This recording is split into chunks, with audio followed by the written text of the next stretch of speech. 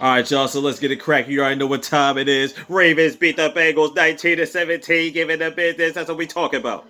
So Lamar Jackson was 19 of 32, 174 yards, 1 TD, 1 pick. He also carried the ball 12 times for 58 yards, and he really didn't get that going to the fourth quarter. He was like, look, I had enough. Mark Andrews had about 8 catches, 89 yards, and a TD for him. Now let's look at Joe Burrow. Joe Burrow came in this game 24-35, 217 yards, 1 TD, and 1 pick. I felt like Joe Mixon ran for more than this because it was really the Joe Mixon show to a certain point. But bottom line is he carried it 14 times for 78 yards. Now we remember Hayden Hurst. Hayden Hurst used to play for us. He played for the Falcons, and now he's with the Cincinnati Bengals. But bottom line is he had about 6 catches, 53 yards, and a TD for him too.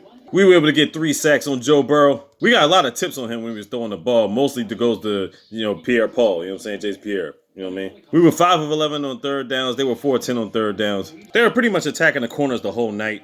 Back and forth AFC North beef, you know what I'm saying? But bottom line is Joe Burrow in the fourth quarter rushed the TD with like 2 minutes left, but we had like a minute 55 and like 3 timeouts. So Justin Tucker had kicked 4 field goals in this game, including the final one with the last 3 seconds left.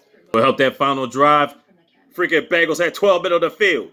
And like I said before, Lamar Jackson didn't start running until like the fourth quarter. At one point in the game, it was 4th and goal for the Bengals. I thought they was going to run with Joe Mixon until he ran all the way down to the bottom. All of a sudden, you see like Joe Burrow looking through the middle. He tried to pitch it through the middle. We was like, man, get that trash out of here. So a lot of people thought T. Higgins was going to come into this game, but he has an ankle injury. And bottom line is he ain't came into the game, and it was like 9 minutes left in the fourth quarter. Like, yeah, he's not coming in now. He tried to stand up like he was going to do something. We was like, nah, we not falling for that. He ain't coming in this game. Why'd y'all need him so bad? Y'all had Jamari P around, you know what I'm saying? You had Tyler Boyd. You had Jamar Chase. You had Hayden Hurst. You got Joe Mixon.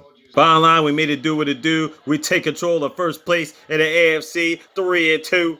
The Browns lost to the Chargers, but honestly, Brandon Stanley was about to pull some goofiness once again on fourth. Luckily, Browns ain't kicking field goals for shit. So good job.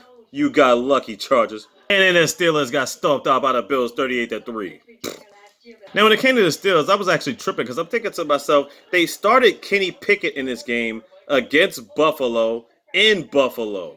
I thought to myself, why would you throw Kenny Pickett in his first start and send them in there with the Lions, the pack of wolves about to snack on his flesh? And then what didn't make even more sense, you have Mr. Trubisky.